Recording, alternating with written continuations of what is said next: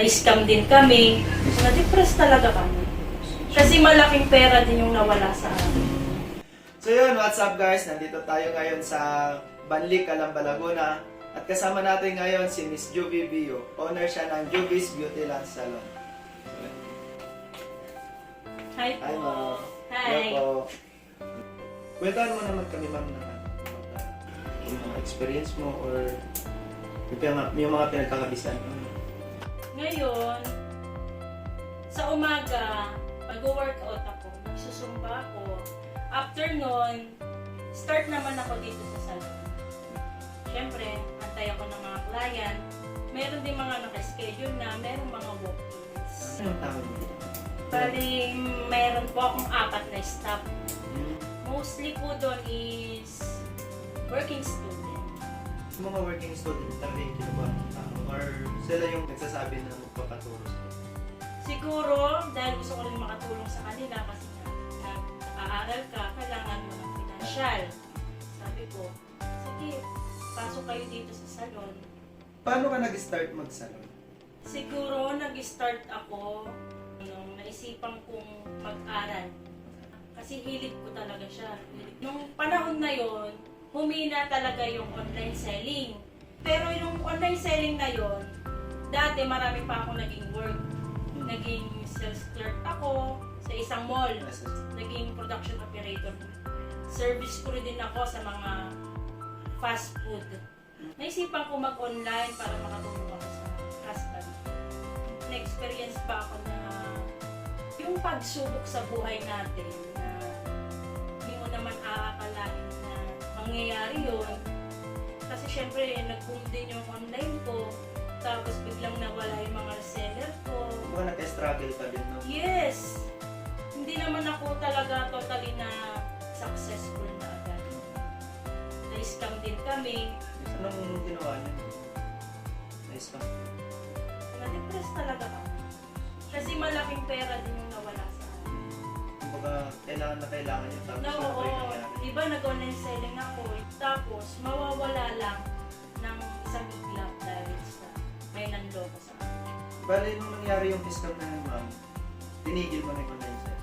Hindi na ganun ka lakas. Puro nung tinigil ko yung pag-online, nung nag-start na ako dito sa beauty industry.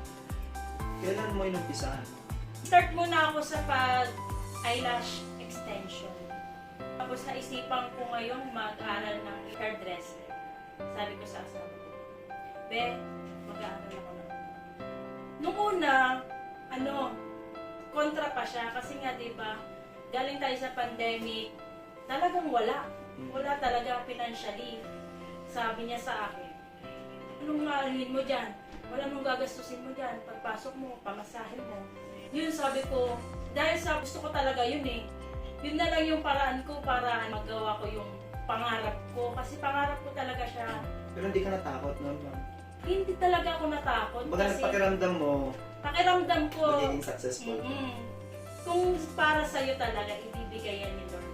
Kahit sabihin mo, hindi mo alam kung saan ka mag-uumpisa, mag-iisip ka, basta sabihin mo lang sa Kanya, kausapin mo lang siya, pakikinggan ka niya, kung talagang gusto mo yon, ibibigay talaga yung minsan. Ba't salon yung pinakagusto mo? Ano yung nagtulak sa'yo? Bakit mas gusto mong mag-salon kaysa dun sa mga previous na work mo? Siguro talaga, nung bata pa lang talaga ako, hilig ko na siya. Hilig ko na mag-makeup, hilig ko na yung sa hair, tsaka hilig ko na yung pagpapaganda. Sabi ko, bakit kaya hindi ko gawin sa iba? Subukan ko kaya pasukin. Ano yung mga magandang naidulot sa'yo ng pagninegosyo mo dito sa salon?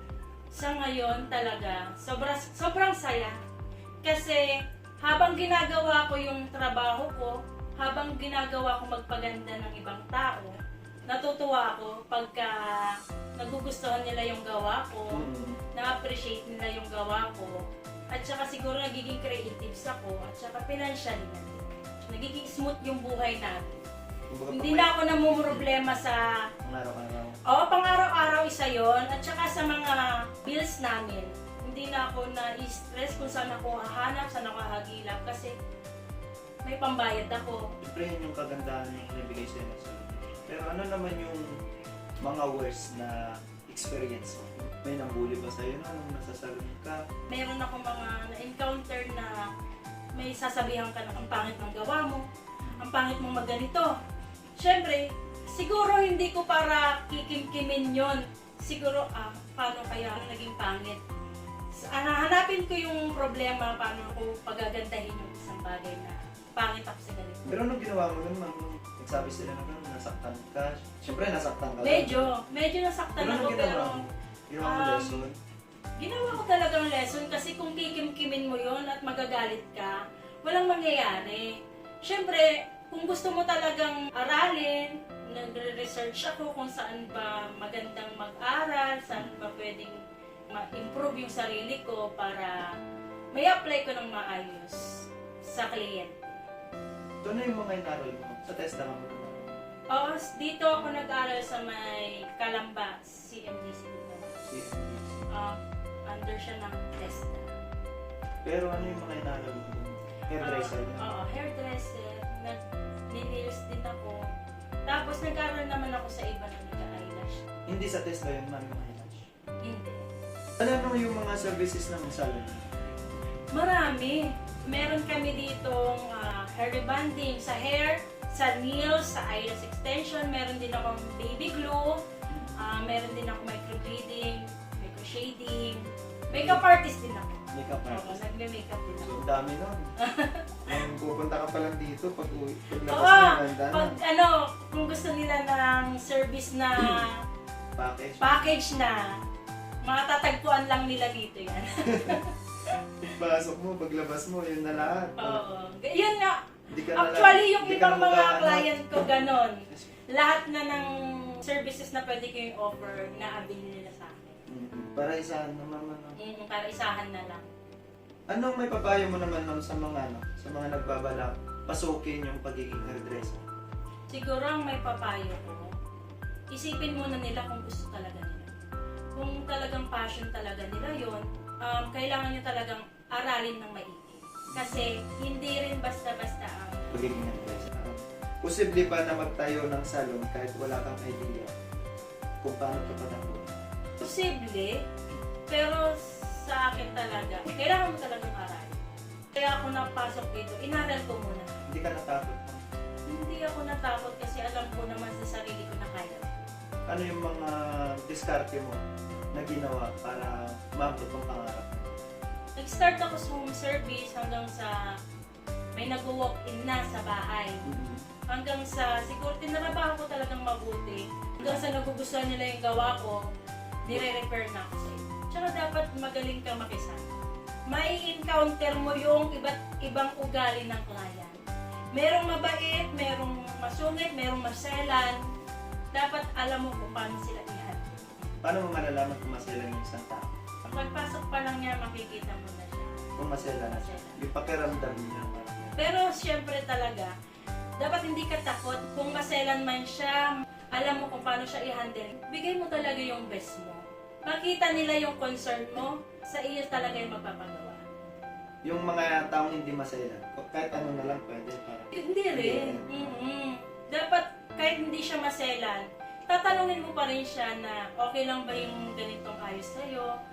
Ganito, nagsasuggest din ako. Kunwari, yung buhok ng client talagang marag na. Tapos gusto niyo magpa-reband. Hindi ko tatanggapin i-reband yan, ma'am. Talagang masisira po buhok niyo.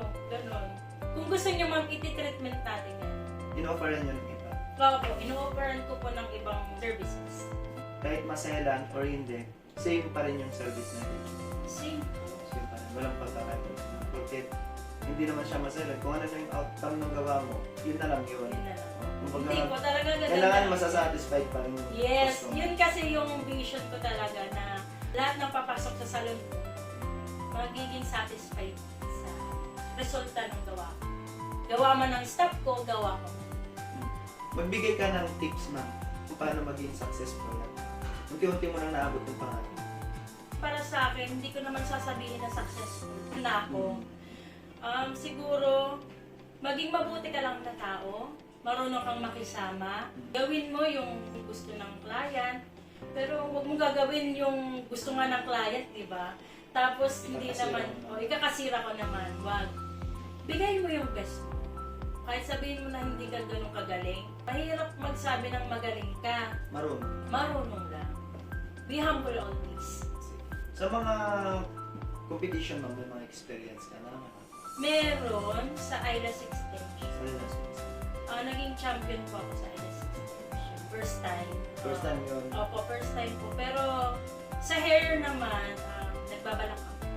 Hindi ko naman na anong inaasam maging champion, pero siguro kahit sa experience lang, sobrang saya ko na siguro. Kung may page ka or sa Facebook mo, Ang page ko po is Joby Beauty Lunch Salon. Check nyo na lang po yung page ko. Makikita nyo po doon yung mga services na ino-offer ko.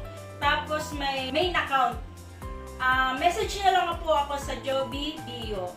Doon nyo lang po ako. Ako po yung sasagot doon.